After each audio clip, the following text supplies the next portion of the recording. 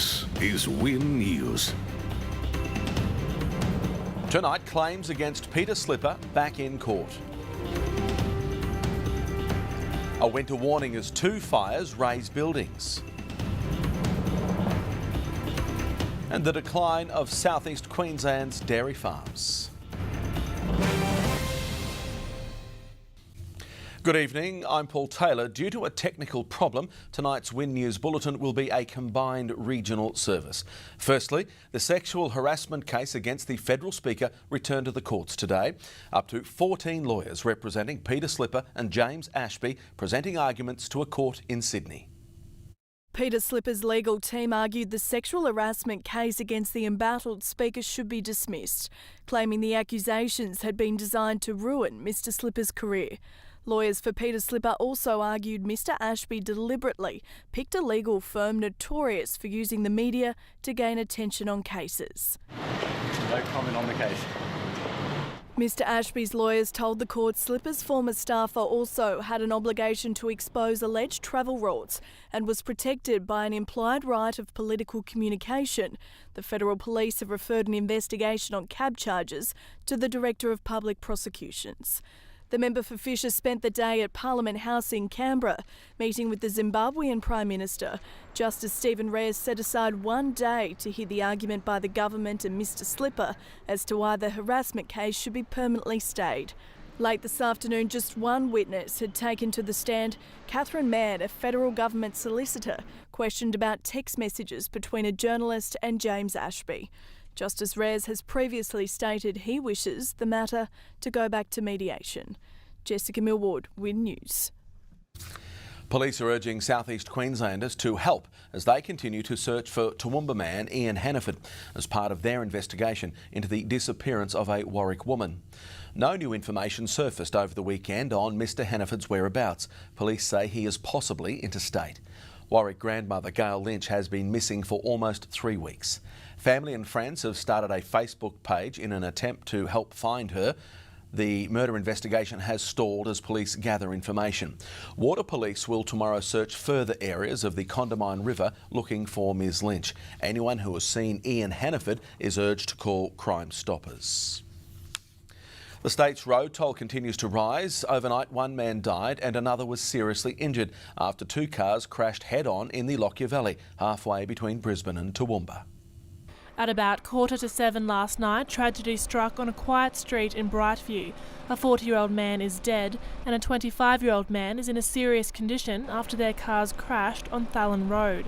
Firefighters at the scene said it was a high-impact crash. Yeah, there's significant damage to both vehicles. The Brightview man died at the scene. It's believed he was thrown from his vehicle during impact. The deceased person was actually out of the vehicle when we arrived, and the other occupant of the other vehicle was encapsulated, so we had to release him. When cut out of his vehicle, firefighters said the Kensington Grove man was awake and talking to them before being flown to Brisbane's PA hospital, where he remains in a serious condition. It's believed the 2 cars crashed head-on, causing chaos on a quiet country street. It's just on the downside from the crest of the hill. At this stage, the police accident investigation guys are still working out the cause of the accident.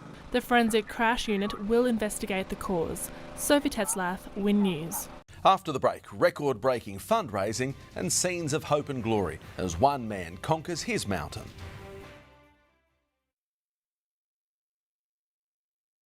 Alrighty, sports time now with David, and boxing back with a bang in Bundaberg. It certainly was. Good evening, Paul. Nice to see you again. The prestigious Golden Belt buckle was on the line. We'll have more on that next. And the wait's over. Sunshine Coast Sea Eagles finally snapped their long Q Cup losing streak. You confident young man. There you go. That is tonight in sport. Paul, back to you. Thank you, David. All right, stay with us. Hannah McEwan will have the weather details next.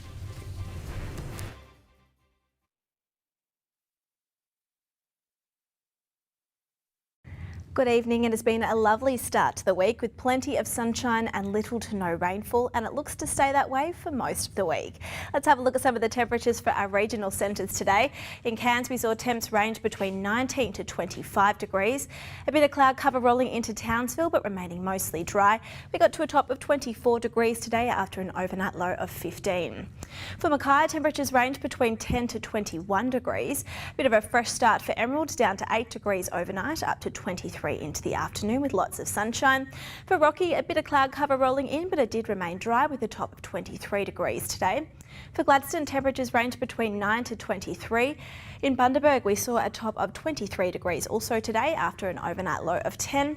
For Dalby, temps range between 2 to 19 degrees, so a fresh start to the day and similar weather on the way tomorrow. For Maroochydore, generally a dry day. There were a few light coastal showers around through parts of southeast Queensland. A little bit windy outside as well, and we got to a top of 21 degrees for the city. In Toowoomba, temperatures range between 6 to 17 degrees. Now let's have a look at the satellite chart. You can see a little bit of cloud cover rolling into the southeastern parts of the state and also the north tropical coast, and that's with these fresh and gusty onshore winds. Now winds have been quite fresh across most of the state. It was a cold morning through the inland with some light frost through the south. Apart from that, conditions have been fine and dry today. Now tomorrow we're going to see this high start to weaken, so as a result winds will start to ease across the state. Now we will still see a few showers again through the southeast coast, and a few of the islands as well will pick up a few light showers. For the north tropical coast, where those winds are tending onshore, we'll see a bit of cloud cover and a few light showers as well. Through the inland, some morning frosts are likely again through the southern and the southeast interior. So let's have a look now at some of our district forecasts. For the northern areas, a partly cloudy day, some isolated coastal showers, light to moderate south to southeasterly winds, becoming a little fresh from the southeast along the coast. Through the southern areas, we've got a partly cloudy day, isolated showers for the islands and the exposed parts of the coastline with light to moderate southeasterly winds. We may see a little bit of frost through the inland as well. Those winds will be fresh along the coast and also for the islands. For the southern areas, we've got a partly cloudy day, isolated coastal showers with gusty southeasterly winds and some early inland frost expected, so temperatures will be a little bit cooler than we did see this morning. Let's have a look at tomorrow's temperatures for our regional centres. 18 to 26 degrees for Cairns, we can expect a few light showers. For Townsville, a top of 24 degrees tomorrow with an overnight low of 13 degrees. For Mackay, temperatures range between 9 to 22 tomorrow. For Rocky, a top of 22 and remaining fine and sunny. In Emerald, a top of 22 degrees also on the forecast. For Hervey Bay, 10 to 20 tomorrow. In Maroochydore, a top of 21 degrees is forecast. And for Toowoomba, temperatures should range between 5 and 16 degrees. Have a lovely evening. We'll see you tomorrow. Thank you, Hannah, and that is it for us this evening from the team. Good night. Good night.